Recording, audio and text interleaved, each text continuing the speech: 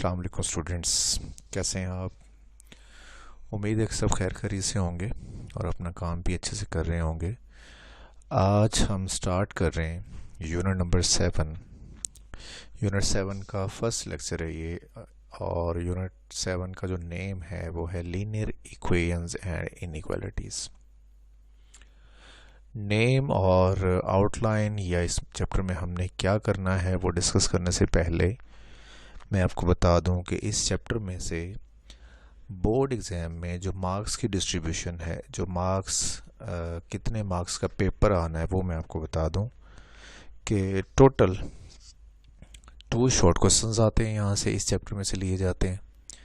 एक एमसीक्यू और एक लॉन्ग क्वेश्चन का एक पार्ट लिया जाता है और ये टोटल 9 मार्क्स का बनता है। यानी कि एक एमसीक्यूज़ 1 नंबर का, 2 शॉर्ट क्वेश्चंस हैं तो वो 4 मार्क्स के हो जाएंगे, और एक लॉन्ग क्वेश्चन का एक पार्ट होगा और एक पार्ट कितने का होता है 4 मार्क्स का, तो टोटल कितना बन जाएगा 9 मार्क्स। क्या पढ़ेंगे हम इस चैप्टर के अंदर? हम बात करेंगे कि लीनियर इक्वेशंस क्या होती हैं, लीनियर इक्वेशंस के सॉल्यूशंस के बारे में बात करेंगे। लीनियर इक्वेशंस की हम जितनी भी डिटेल होगी वो हम इस चैप्टर में डिस्कस करेंगे। उसके बाद हमारा एक टॉपिक होगा एब्सोल्यूट वैल्यू। ये हम डिस्कस करेंगे एक्सरसाइज नंबर 7.2 के अंदर कि एब्सोल्यूट वैल्यूज़ क्या होती हैं। हमने ऐसी इक्वेशंस को सॉल्व करना होगा जिनमें एब्सोल्यूट वैल्यूज़ आ रही होंगी। तो ये जब टॉपिक आएगा तो मैं तभी एक्सप्लेन करूँगा। उसके बाद जो लास्ट टॉपिक है हमारा वो है लीनियर इनइक्वालिटीज़। इक्वेशंस तो आप उसके नाम से वाकिफ़ हैं कि जब 2 एक्सप्रेशंस के बीच में इक्वल का साइन आता है तो वो इक्वेशंस होती हैं। लेकिन जब कौन सा साइन आता है greater than, less than, greater or equal, less or equal, तो उनको बोलते हैं लीनियर इनइक्वालिटीज़। तो हमने ये 3 चीज़ों के बारे में टोटल यहाँ पे बात करनी है। ठीक, सबसे पहले जो हमारा टॉपिक है, जो हमने 7.1 में हमने काम करना है, उससे रिलेटेड जो 1-2 डेफिनेशंस हैं वो यहाँ पे मैं रीड करवा देता हूँ। वेरी फर्स्ट पेज जो आपका चैप्टर 7 का इंट्रोडक्शन है उसके बिल्कुल नीचे ये लिखा हुआ है लीनियर इक्वेशन क्या होती है। तो इसकी डेफिनेशन यहाँ से स्टार्ट करेंगे आप। अ linear equation in one unknown variable, और कहाँ तक लिखेंगे a नॉट इक्वल टू 0 तक।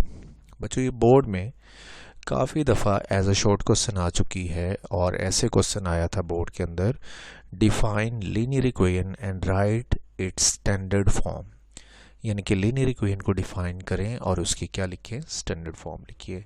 तो उसको डिफाइन आप करेंगे यहाँ से लेके यहाँ तक, और ये जो है ax plus B equal to 0 वो इसकी स्टैंडर्ड फॉर्म है।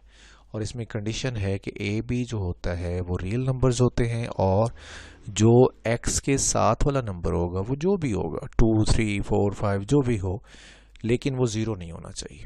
ठीक है, होना रियल नंबर चाहिए, बट ऐसा रियल नंबर हो कि 0 ना हो, 0 के अलावा जो मर्जी हो। तो लीनियर इक्वेशन बच्चों मैं आपको सिंपल वर्ड्स में एक्सप्लेन कर देता हूँ, बता देता हूँ कि ऐसी इक्वेशंस, जिन इक्वेशंस की जो डिग्री होती है, जो सबसे बड़ी पावर होती है वो 1 होती है, उनको क्या बोलते हैं, लीनियर इक्वेशंस बोलते हैं। जैसे यहाँ पे आप अगर देखें कि x की जो पावर है वो कितनी है आपको नज़र नहीं आ रही, और अगर पावर नहीं नज़र आती तो दैट मीन्स कि वो कितनी होती है, 1 होती है। तो यहाँ पे जो पावर है वो 1 है, इसका जो एक्सपोनेंट है वो 1 है, लिहाजा इस तरह की जो इक्वेशंस होती हैं उनको क्या बोलते हैं, लीनियर इक्वेशन। नेक्स्ट पैराग्राफ के अंदर 2 डेफिनेशंस हैं। A solution to a linear equation. अगर आपसे कहा जाए what do you mean by a solution of a linear equation, तो अब उसको कैसे डिफाइन करेंगे, यहाँ से a solution to a linear equation से लेके मेक्स द स्टेटमेंट ट्रू, यहाँ तक इसकी डेफिनेशन है। तो क्या होता है सॉल्यूशन कि x की कोई ऐसी वैल्यू जो आपकी गिवन स्टेटमेंट को क्या कर दे, ट्रू सेटिस्फाई कर दे, ट्रू दुरुस्त साबित कर दे, तो हम उसे क्या बोलते हैं कि वो हमारा क्या है, सॉल्यूशन। क्या मीनिंग है इस बात का कि अगर हम कोई क्वेश्चन सॉल्व करते हैं लीनियर इक्वेशन का, हमारा कोई x का आंसर निकल आता है और हमें कंफर्म करना है कि वो x का आंसर ठीक है या रॉन्ग है, तो हम क्या करेंगे, x की वो वैल्यू गिवन इक्वेशन के अंदर क्या कर देंगे, पुट कर देंगे। और अगर लेफ्ट साइड और राइट साइड का आंसर इक्वल आएगा तो हम क्या कहेंगे कि ये ही हमारा क्या है, सॉल्यूशन। उसके बाद लिखा हुआ है ये जो लास्ट 1.5 लाइन है, यहाँ से two linear equations are said to be equivalent if they have exactly the same solution. तो यहाँ पे भी एक डेफिनेशन बन सकती है कि इक्विवेलेंट लीनियर इक्वेशंस क्या होती हैं।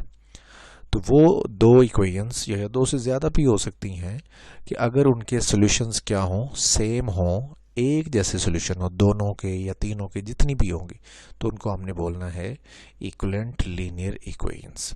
जी, अब बच्चों हम स्टार्ट करेंगे एक्सरसाइज नंबर 7.1 का। क्वेश्चन नंबर 1 हम करेंगे आज। इसके टोटल 2 क्वेश्चंस हैं, तो हमने इस एक्सरसाइज को टोटल 3 पार्ट्स में इंशाल्लाह सॉल्व करना है। आज का जो लेक्चर है इसमें हमने कवर करना है इस एक्सरसाइज के क्वेश्चन 1 के फर्स्ट 5 पार्ट्स को। यहाँ पे जो पहले 5 पार्ट हैं, क्योंकि वो एक टाइप के हैं, उनकी अगर मैं कहूँ कि नेचर जो है, जो उनका जो पैटर्न है वो सेम है तकरीबन, तो हम इनकी बात करेंगे आज के लेक्चर में। और जो नेक्स्ट 5 पार्ट होंगे क्वेश्चन 1 के, वो हम इंशाल्लाह बात करेंगे कल के लेक्चर के अंदर। ठीक है, तो लिखा क्या है यहाँ पे कि हमें क्या फाइंड आउट करना है, क्या चीज़ें हमें यहाँ पे सॉल्व करने के लिए कहा गया है। हमें यहाँ पे अननोन वेरिएबल्स हैं, एक्स आ रहे हैं, जितने भी ये क्वेश्चंस हैं सब में एक्स आ रहा है, तो हमने एक्स की वैल्यू फाइंड करनी है, यानी कि इनको सॉल्व करना है। और बाद में हमने अपने आंसर को सेटिस्फाई भी करवाना है, हमने चेक भी करना है कि क्या हमारा आंसर दुरुस्त है या रॉन्ग है। तो फर्स्ट 5 पार्ट्स में से मैंने 3 पार्ट्स लिखी हैं एज अ क्लास वर्क, और 2 पार्ट्स जो है मैंने आपको एज अ होमवर्क दिए हैं। फर्स्ट 3, 5 ये पार्ट्स देख लीजिए आप अभी। ये पार्ट्स मैंने as a class work select किए हैं, और सेकंड और 4 जो है ये आपने होमवर्क में करने हैं। और जो नेक्स्ट 5 पार्ट्स हैं वो इंशाल्लाह हम अगले लेक्चर के अंदर डिस्कस करेंगे। तो पार्ट नंबर 1 की बात करते हैं।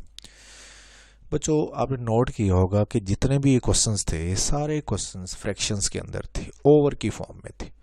तो सबसे पहला काम जो आपने करना है वो ये करना है कि आपने अपने क्वेश्चन की जो फ्रैक्शंस हैं उनको एलिमिनेट करना है। और फ्रैक्शंस को एलिमिनेट करने के लिए आपने लेफ़्ट और राइट दोनों तरफ अपनी जो फ्रैक्शंस हैं उनका एलसीएम लेना है। तो मैं क्या करूँगा सोल्यूशन के अंदर कि लेफ़्ट और राइट दोनों तरफ मैं इसका एलसीएम ले लूँगा। लेफ़्ट पे अगर देखा जाए तो डिनोमिनेटर में कौन आ रहा है, 3 और 2 आ रहा है। 3 और 2 का एलसीएम कितना बनता है, 6 बनता है। तो ये दोनों तरफ लेफ़्ट और राइट पे मैंने जस्ट एलसीएम लिया है, इसमें कोई कॉम्प्लिकेटेड चीज़ नहीं है, ये आप छोटी क्लासेस से करते आ रहे हैं। मैंने लेफ़्ट साइड पे एलसीएम ले लिया और राइट साइड पे भी एलसीएम ले लिया, तो दोनों को सिंप्लीफाई करके ये आंसर आ गया। अब यहाँ पे ये जो 6 है ये डिवाइड हो रहा है, इसको राइट साइड पे जाके क्या कर दिया, मल्टीप्लाई, और ये 6 इस 6 के साथ क्या हो जाएगा, कैंसिल। बाकी इधर से बच जाएगा लेफ्ट साइड से x और राइट साइड से 6x प्लस 1।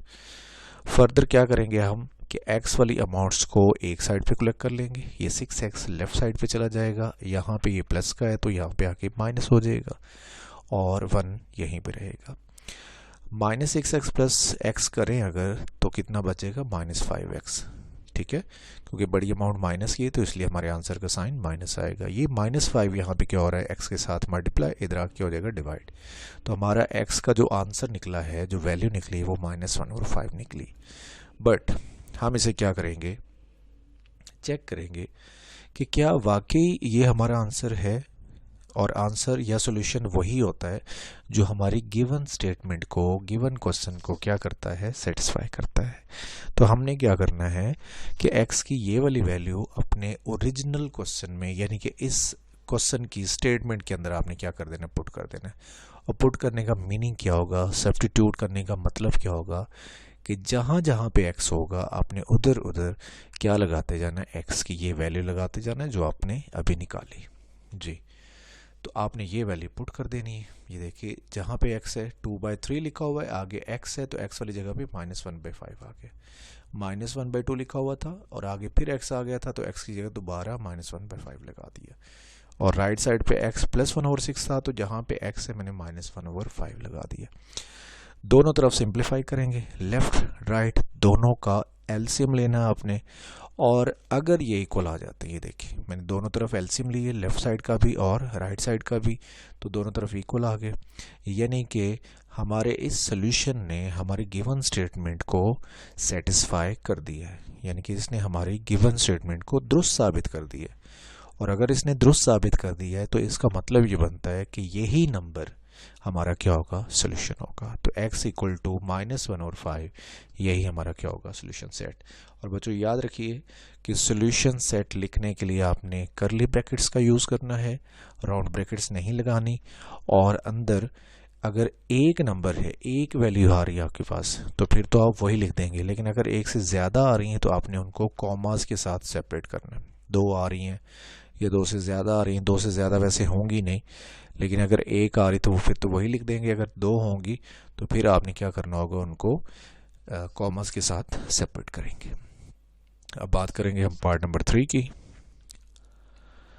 जी यहाँ पे देखिए, थोड़ा सा दिखने में ऐसे लगता है कि ये कॉम्प्लिकेटेड क्वेश्चन होगा, लेकिन इतना मुश्किल नहीं है। अगर आप इसे फुल कंसंट्रेशन के साथ, अच्छे से तवज्जो के साथ समझेंगे तो इंशाल्लाह ये आपको मुश्किल नहीं लगेगा।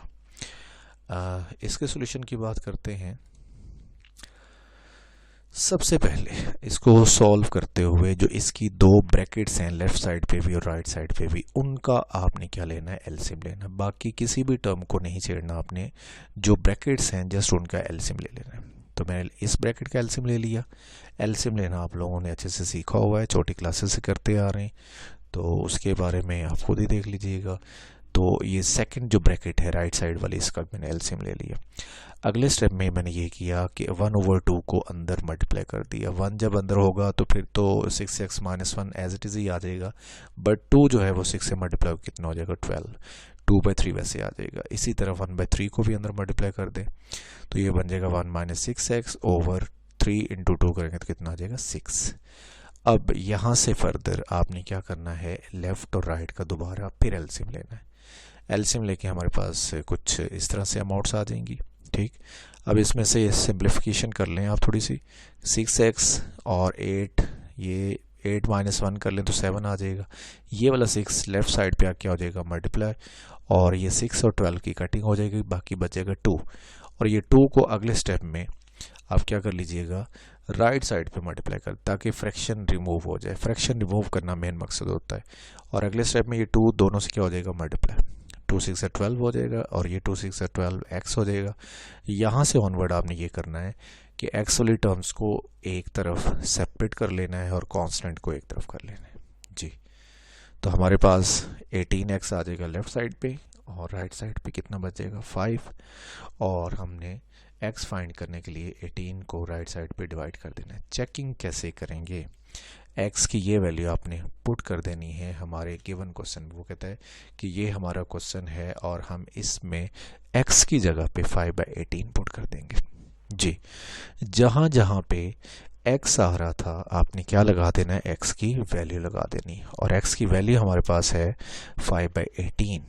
और इसमें भी आपने वैसे ही करना है कि पहले जो ब्रैकेट्स हैं उनको सॉल्व कर लीजिएगा, उनको सॉल्व कर लें, उनका एलसीएम ले लें, और उसके बाद जो है 1/2 जो ये वाला है ये अंदर मल्टीप्लाई कर दें, और इधर से 1/3 को भी अंदर क्या कर दें, मल्टीप्लाई एंड पे।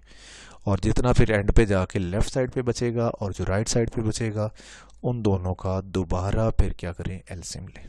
मीन्स कि सिंप्लीफिकेशन ही है बेसिक, जो आप ये 5-6 क्लास से करते आ रहे हैं, ऐसे एलसीएम लेना, प्लस करना, माइनस करना फ्रैक्शंस को, ये तो आप 4-5 क्लास से सीखते आ रहे हैं। जी, ये देखिए मेन काम ये है कि आपने वैल्यू पुट करके सिंप्लीफाई करके जो आंसर है लेफ़्ट और राइट का वो इक्वल लेके आना है। इक्वल आ गया है यहाँ पे हमारा आंसर, दैट मीन्स कि हमारा जो x = 5/18 आंसर निकला था वो ट्रू है, वही हमारा क्या होगा, सोल्यूशन सेट होगा। सो हम लिख देंगे कि सोल्यूशन सेट क्या है हमारा, 5/18। पार्ट नंबर 5 की बात करेंगे। 5 में लिखा है 5 × x - 3 over 6 - x equals to 1 - x/9। Same वही क्वेश्चन, वैसी ही टेक्निक। तो क्या करेंगे, सबसे पहले फ्रैक्शंस रिमूव करते हैं, और फ्रैक्शंस रिमूव करने के लिए आपने इसका लेना है एलसीएम। एलसीएम इसने क्या किया है कि लेफ़्ट साइड का अलग से एलसीएम ले लिया है और राइट साइड का एलसीएम अलग से। लेफ़्ट साइड पे एलसीएम लेने के बाद आंसर ये बना -15 - x, और उसके बाद जो है 9 - x ओवर 9 ये राइट साइड का था, ये एज इट इज़ आ गया। इसके बाद आपने क्या करना है, क्रॉस मल्टीप्लाई कर देना है। 9 जो होगा वो -15 - x से मल्टीप्लाई हो जाएगा, और जो 6 है वो 9 - x से मल्टीप्लाई हो जाएगा। अगले स्टेप में ये करेंगे आप कि 9 को अंदर मल्टीप्लाई कर दें।